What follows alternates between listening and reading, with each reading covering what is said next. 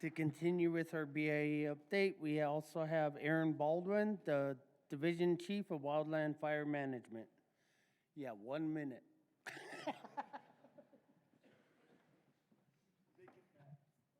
Thank you, Sean. 1 minute is all I need. So first, I just want to thank ITC, the Eastern Band of Cherokee, for hosting. It's been great. Thanks for the presenters. Every time I come, learn more and more. This is what it's about. You hear a lot of those discussions about community. You hear a lot of the connections, partnerships. It's really great to be here at another ITC Symposium. Every year it seems to get better and better. I don't know how that is, but it does get better and better. So I really do appreciate it. Want to thank Caleb Kane. He is the acting chief forester. Caleb's also, he's a good friend of mine. He's one of the first acting chief foresters to actually spend time at every single aspect of the organization, at the agency level, the regional level, and now at the central office level. So please, a round of applause to Caleb Kane.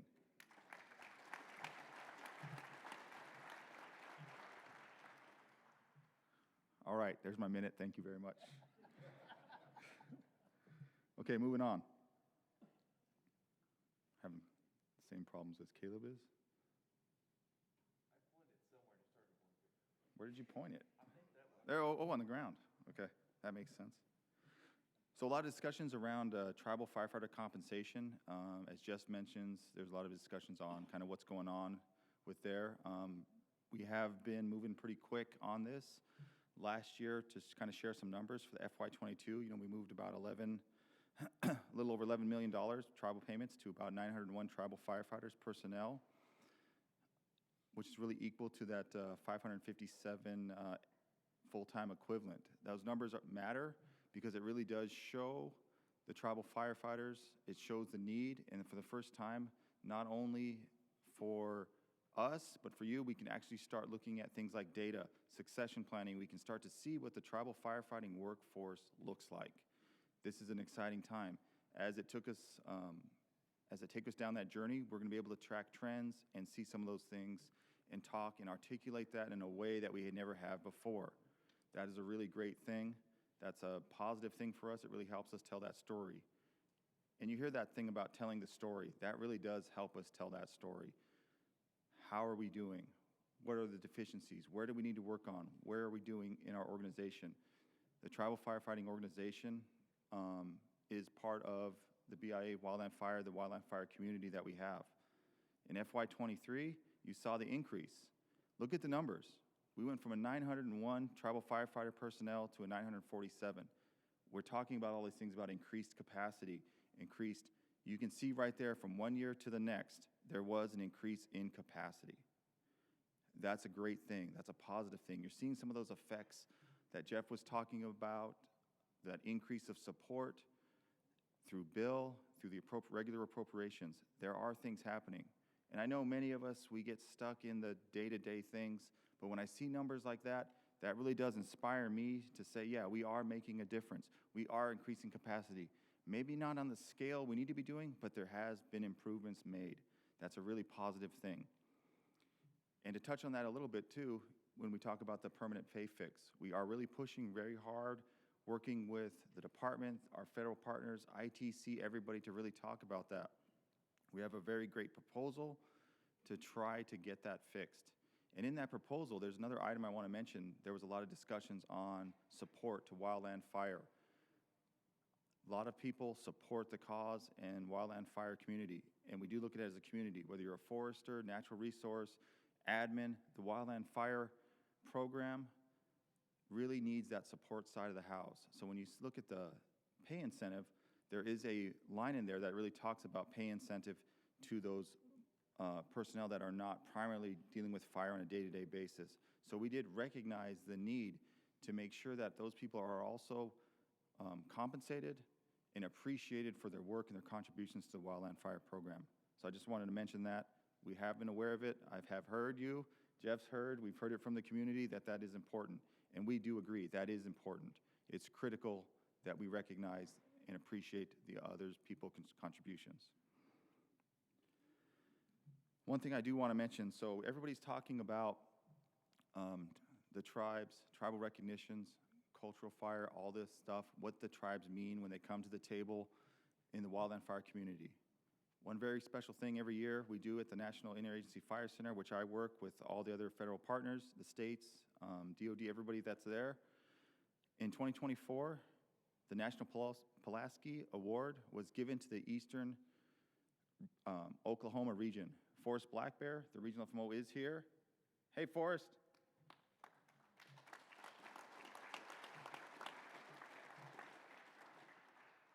So I wanted to recognize that. When you're talking about this, the national recognition, this was recognized by the interagency partners. The board saw it, read the proposal, and it was really focused on that work around RTRL, tribal empowerment, tribal engagement on that level. The tribes leading some of these projects, the tribes leading some of these things was really one of the foundational things. Eastern Oklahoma has been really good national leaders in that, and to see them getting recognized, to me, I was very proud of them and continue that good work. I really do appreciate that and the great recognition from the interagency partners that is meaningful work. So thank you. Firefighter mental health, you hear this a lot. Everything's focused around workforce. You see everything that we're talking about, workforce, housing, that capacity, right? We are trying to do everything we can, everything we're talking about, the talking points we have about increased capacity, firefighter mental health, well-being. It's more of a holistic view of we're trying to take care of our personnel from cradle to grave, all the way through the process. We want to be able to try to take care of our people. And that is going to require some wildland fire doing things that we normally haven't done. Talking about those things, talking about what the fire season does to you, not just in the short term to your body, but what it does to your family, what it does to your the stress of everyday life. Everybody's got to deal with personal issues. Work is hard, right? The fire year is getting longer and longer, and we're asking more and more to do for our workforce. Those are all the discussions we're talking about. Housing, everything ties into that. Support to the field, support to the fire personnel, and how do we ensure that they have a long, successful career, and even when they retire, they can enjoy having a long 25, 30-year career. How do they enjoy their life? That's what we're really trying to focus on, is how do we take care of our people better? The Bureau of Indian Affairs is engaged in the interagency conversations.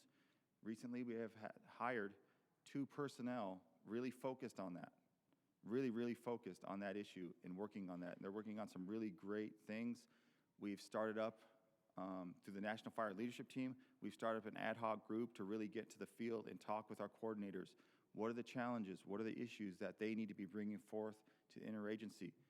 How do we make sure that the BIA and the tribal point of view is in every single one of those conversations?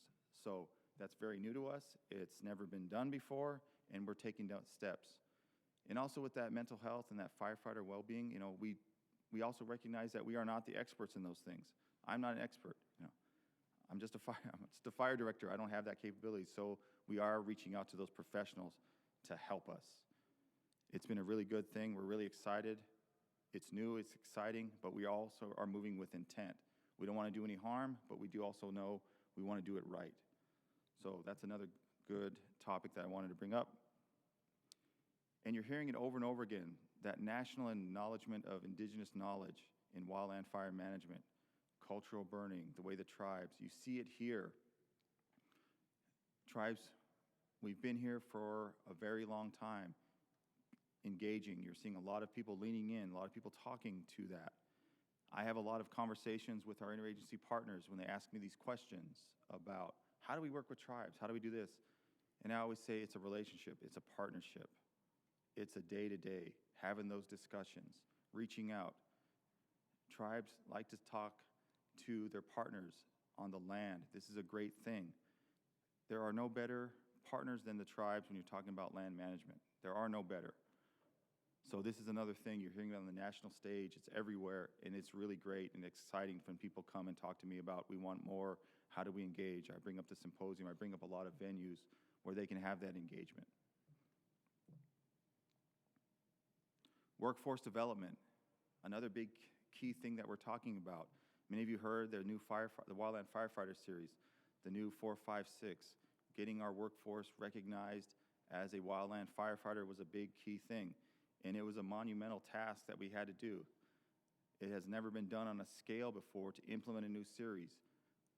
In the DOI, we have 4 different bureaus. The Forest Service, this is done 2 departments, right? How do we make this all work? Those conversations were ongoing. We threw together a very solid team of subject matter experts, and they took on a task that it's never been done. There was no guidebook. In fire, we have a lot of books, right? We have the red book, the yellow book, right? We have a book for everything.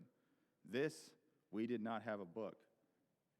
We had faith in the dedication and commitment to our personnel we put in there.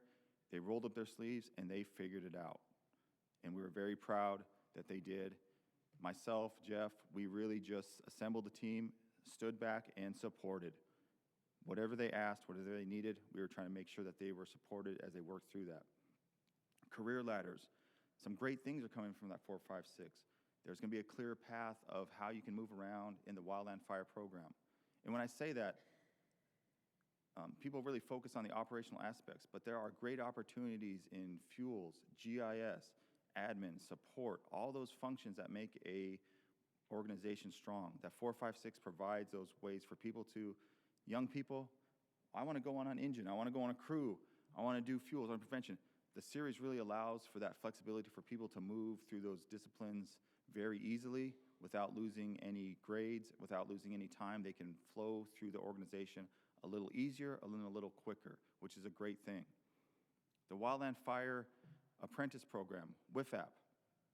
This past year, we had an opportunity. We worked with our regional offices, worked with the agencies to try to find some locations that we could host these positions. We worked with our HR shop. You hear the challenges in HR. So we've had some really great success working with HR on a consolidated announcement of a proof of concept of a better business model that we can use to consolidate some of these things. And right now we have that collaboration with them, and we also have the opportunity to show if we can do those consolidated announcements for WIFAP, then we can do and replicate that in others. So it's really great. It's a great opportunity for people. And another big topic we're working on, recruitment events. Last year, we were at ACES. Lessa Peter, our public affairs, coordinated at ACES. First time we've been there. It was great. Marketing, branding, getting our name out, getting that recognition, working within Indian country was a great thing. We also had another one this last year. We attended the Gathering of Nations down in Albuquerque. Great event for us. Tribal event. We had a booth. It was well attended, a lot of traffic, a lot of that discussions. You hear that a lot. Oh, what are the opportunities? That was a great event for us to really talk about that. And another great part was the WIFAP announcement came out the Friday before the event. So it was great timing. It was great collaboration on that. And with that, that's all I have. But I do want to say again, thank you all for being here. Thank you for all participating. I'm always around. I'm always talking. I get to meet new people. I get to talk about the program. I'm always willing to stay. Ask me anything. I'll tell you whatever I know. I do really want to appreciate everybody's time and their attention to these matters. We are working every day. The last thing I want to mention, though, people always talk about, BIA and tribal, how does it work? I explain about how our organization works. There is an interesting thing that people don't realize, that the BIA is a part of that organization. How a tribe, how the BIA manages, we manage through 638, self-governance, direct service. You see a lot of the dedication tribal members that are BIA employees. Fort Apache, one of our largest programs, Dree was here, the FMO. He is a tribal member. He works for the BIA as a tribe. You see the natural progression of personnel in the fire organization for BIA and tribal. Many people start in a tribal organization, move to the BIA, retire, and guess what they do? They go back and work for the tribe. Many of our people, that is the natural progression, or they stay with the tribe, or they stay with the BIA. For me, it's great, whatever they choose to do. It is still service. It is still providing that service to your community. However an individual chooses to go down that path, that's their path. The BIA is a tribal organization. We employ tribal members. Right, Forrest? Thanks, yep. Thank you all. Appreciate your time. Sean, am I okay to leave? Thank you.